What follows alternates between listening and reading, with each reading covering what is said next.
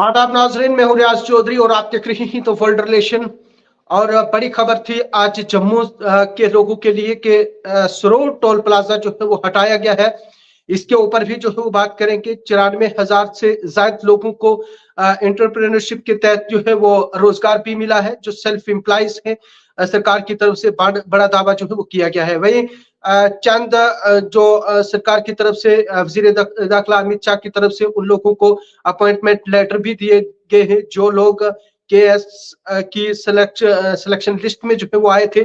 और उसके बाद मजीद ये भी बताया जा रहा है कि लखनपुर के सरोर टोल प्लाजा को लेके भी चर्चा में बात करेंगे, क्योंकि वो उसकी जो वहां पे टोल था वो इंक्रीज कर दिया है। बताया ये भी जा रहा है कि अब जम्मू जो राजौरी पुंछ है उसके सड़क के ऊपर भी टोल प्लाजा जो है वो लग सकता है। लेकिन इसी सब के ऊपर हमारे साथ बराह रास्त बन चुके हैं मिशन स्टेटहुड के सदर सुनील टिम्पल साहब, जो हमेशा मुद्दों को उठाते हैं। तो आज उनसे जानेंगे। सुनील साहब, कैसे देखते हैं ये जो आज का सरोर टोल प्लाजा हटाया है, इससे जम्मू के लोग कितने खुश हैं? देखिए रियाज भाई, मुझे तो सबसे पहले आपको सैल्यूट करना है और हमारे व्यूअर्स को सैल्यूट करना है कि आज पूरा जम्मू कश्मीर और पूरा देश जो है 75वीं रिपब्लिक दिवस डे मना रहा है।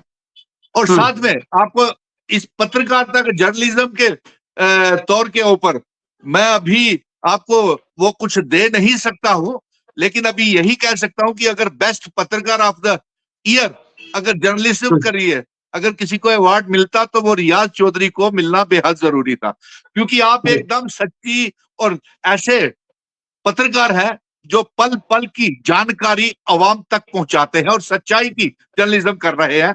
और मैं इस काबिल नहीं हूं कि आपको अवार्ड दे सकूं, क्योंकि आप एक अच्छे जर्नलिस्ट हैं। अब आपका ये पहला आपने ब्रेकिंग न्यूज डाली है कि सरोर टोल प्लाजा बंद कर दिया। अरे साहब, ये ब्रेकिंग न्यूज क्या है? लोगों को वो गुमराह किया जा रहा है।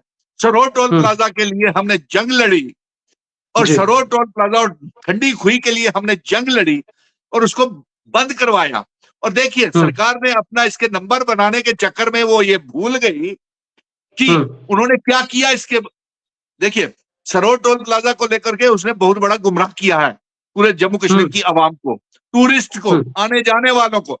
उन्होंने लखनपुर के टोल प्लाजे का जो टोल टैक्स था उसे दुगने से भी ज्यादा कर दिया है। यानी कि सरोर टोल प्लाजा को आगे रख के गुमराह करके लखनपुर टोल प्लाजा की और बंद टोल प्लाजा और उससे पहले नासरी के टोल प्लाजाओं का टोल टैक्स जो है वो डबल कर दिया हुआ है। और किस बात की हम बधाई हम आपको दें सरकार को कि ये टोल प्लाजा रिंग रोड के ऊपर भी लगने वाला है, एक्सप्रेस हाईवे के ऊपर भी लगने वाला। और साथ में रियाज, जिस तरीके से मैं आपको बताऊं कि ये आपके पीर पंजाल वालों को भी ये तोहफा मिलने वाला है, जल्दी मिलेगा। अखनूर में भी एक टोल प्लाजा लग रहा है, इसके लिए भी लोग तैयार रहें, पहले से ही आवाज उठाना शुरू कर दें। अगर नहीं तो ये लगान जजिया आपके ऊपर लगना शुरू हो जाएगा। सुनील साहब, सवाल रहेगा क्योंकि आप सियासी है, सियासी लीडर है, तो सियासी बात करेंगे ही, सरकार को जो है वो तनकीद का निशाना बनाते रहेंगे।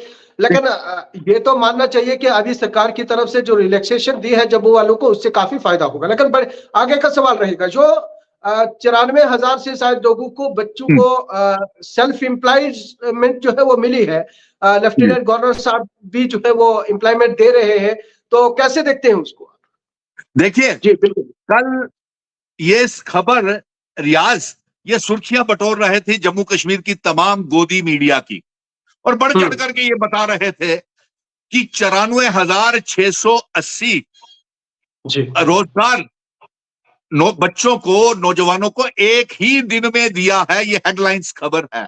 और आज ये मेरे हाथ में ये मनोज सिन्हा साहब का एमएएम स्टेडियम में भाषण भी है, इसमें भी यही सारा ये कॉपी है उनके भाषण की, क्योंकि मैं वहां पे गया था अपने उन रिपब्लिक दिन के ऊपर, क्योंकि मैं एक जम्मू कश्मीर का बेटा हूं, नागरिक हूं और एक नेशनलिज्म, पेट्रियोटिज्म पे मैं भरोसा रखता हूं। तो मैं आज के इस भाषण में भी बहुत सी बातें हैं, उसका अगर समय हो तो वो भी बात डिस्कस कर लेना। लेकिन अब मैं ये कहूंगा कि देखिए, 90,680 लगभग 1 लाख के करीब हो गया अब मैं कहता हूं कि 1 लाख आपने नौजवानों को रोजगार एक ही दिन में दे दिया।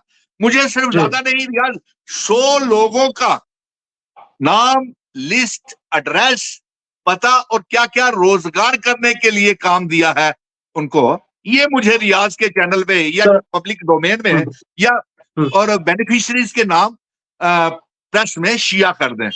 और आपने दूसरा सवाल किया कि साथ में इसकी तायीद जो है इन बातों की, अमित शाह हेमंत माननीय है, उन्होंने भी तारीफ की कि एलजी साहब बहुत अच्छा काम कर रहे हैं। हम भी कहते हैं बहुत अच्छा काम कर रहे हैं साहब, हमारी हैसियत क्या है उनके आगे। वो तो कहते हैं कि 2019 के बाद, अब मैं आपको एक और आंकड़ा बताता हूं जो इस भाषण में दिखाया है।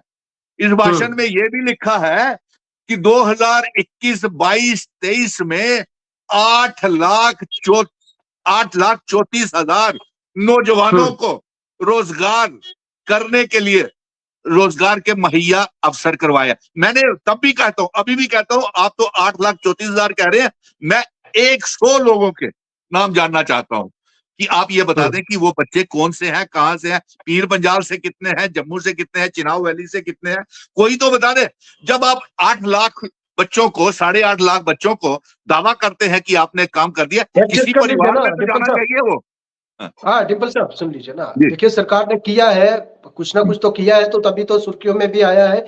लेकिन कुछ ना कुछ तो मान लीजिए ना, अपोजिशन का ये हर बार तनकीद ही क्यों रहता है? कम से कम थोड़ा सा तो मान लीजिए भैया किया है। आप मुझे साथ में मेरा एक आखिरी सवाल ये रहेगा, क्या जो एंटरप्रेन्योरशिप जो के तहत जो सेल्फ एम्प्लॉयमेंट लोगों को मिली है, लेकिन साथ ही साथ में एक अहम सवाल ये रहेगा, क्या सरकार को डेली वेजर्स के साथ साथ एसपीओ के लिए भी सोच विचार करनी चाहिए? उसके लिए आप राय क्या देंगे सरकार?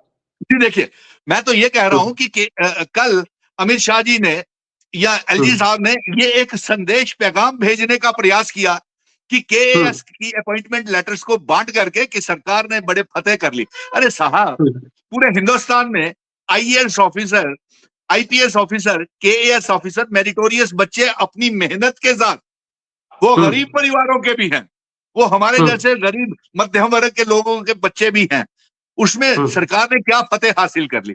फतेह तो इनकी तब होती जब 5 अगस्त 2019 के बाद 30 लाख मेरे जम्मू कश्मीर का बेरोजगार हो गया है, और जिसमें पीएचई, पीडीडी, पीडब्ल्यूडी के daily wagers, national youth corps, रहबरे खेल, जंगलात, सेहत, anganwadi, home guards, SPO, village defence committees के मेंबर, लैंड डोनर्स, आपने इनमें से कितनों को की रिक्रूटमेंट और अपॉइंटमेंट लेटर्स दी, ये बताइए हमें। और साथ में आपको ये मैं बता दूं कि आज के भाषण में देखिए, आपने मेरे ऊपर आरोप लगाया है रियाज, ये वापस लीजिए। मैं जम्मू कश्मीर का बेटा होने के नाते मैं एक चौकीदार हूं अपने नौजवानों की, अपने उनके अधिकारों की, अपनी जमीनों की, अपनी रियासत की, अपने बुजुर्गों की विरासत की, 370-35 से इल्हाक की शर्तों की हिफाजत, अपनी आइडेंटिटी, कल्चर, डेमोग्राफी, जमीनों की हिफाजत, नौकरियों की हिफाजत करने की मेरी जिम्मेवारी है। ये मुझे भारत के संविधान में ये अधिकार है। लेकिन थोड़ा थोड़ा मान दिया करो, सरकार जो करती है उसको अप्रिशिएट भी कर दिया करो। जी मैं बिल्कुल मान और सम्मान देने के लिए ही तो मैं तालियां बजाने के लिए एमएन स्टेडियम में गया था, और मैं ये देखने गया था कि इस भाषण में मुझे जम्मू कश्मीर के लोगों के लिए क्या मिलता है। बड़े इसमें दावे किए गए हैं कि जीएसटी का बड़ा फायदा हुआ है। अरे साहब, जीएसटी का और भी एलजी साहब आपको फायदा होता अगर ये दरबार मूव चलता रहता तो। दरबार मूव बंद करने की वजह से लाखों करोड़ों रुपए का जीएसटी का नुकसान जम्मू कश्मीर की सरकार ने करा दिया। और सुन लीजिए, एक मिनट, अहम सवाल है, लास्ट में, बिल्कुल लास्ट में दूंगा, 30 सेकंड में, एसपीओ और डेलीवेजर के लिए क्या कहेंगे? वही तो मैं कह रहा हूं ना कि अचीवमेंट तो तब होती कि जब के नरेंद्र मोदी जी के दफ्तर से अपॉइंटमेंट लेटर्स डेली वेजर्स को, नेशनल यूथ कॉर्प, रहबरे खेल, आंगनवाड़ी, जंगलात, सेहत, मनरेगा के बच्चों को। अभी सुनिए, बंद मत कीजिए डिबेट, अभी मुझे कुछ और पैगाम भेजना है। 26 जनवरी का दिन है, इतना ऐतिहासिक दिन है, मांगेंगे नहीं, सरकार हमारी है, इस सरकार से नहीं मांगेंगे तो क्या किसी बाहर के मुल्क से मांगेंगे क्या? सुनिए, इन्होंने देखिए इंटरव्यू ने, अरे फिर तनख्वाहें, ये कहते हैं जीएसटी का बड़ा फायदा हुआ। देखिए कितना चालाकी का जगलरी ऑफ गेम है, कोई पक्का नहीं हुआ, किसी को तनख्वाहें नहीं मिल रही, किसी डेली वेजर को नेशनल यूथ कार्ड में 2-3 हजार रुपए के ऊपर काम कर रहे हैं, मर भी गए, कहीं शहीद भी हो गए डेली वेजर पीएचई, पीडीडी के, और रेत, बजरी, पहाड़ आपने सब बेच दिए। इसमें पावर प्रोजेक्ट्स का भी जिक्र है इसमें। देखिए मैं बड़े गौर से देख रहा था, मैं वो बातें एलजी साहब तक, अमित शाह जी तक, जम्मू कश्मीर का बेटा, भारत का बेटा, एक जिम्मेवारी सिटीजन होने के नाते मैं ये पहुंचा रहा हूं। मैं किसी की तनकीद नहीं कर रहा हूं, मैं कह रहा हूं इसमें खामियां रह गई हैं, इसके ऊपर भी जरा रोशनी डालें, क्योंकि आपने हमारे शराब के ठेके नहीं प्लीज प्लीज और इसमें एक और बात बड़ी इंटरेस्टिंग है, हमारी इंटरव्यू वाली एलजी साहब ने कहा कि यहाँ पे बड़े बॉलीवुड इंडस्ट्री वाले भी आए हैं, उन्होंने भी बड़ी यहाँ पे शूटिंग्स की। हाँ साहब की, आपने तो उनको सिविल सेक्रेटरिएट भी दे दिया, आपने वो हमारा सिविल सेक्रेटरिएट का असेंबली भी दे दिया, और यहाँ पे chief secretary IAS IPS officer बनाते हैं, बैठते हैं, वहां पे आपने शूटिंग करवा दी।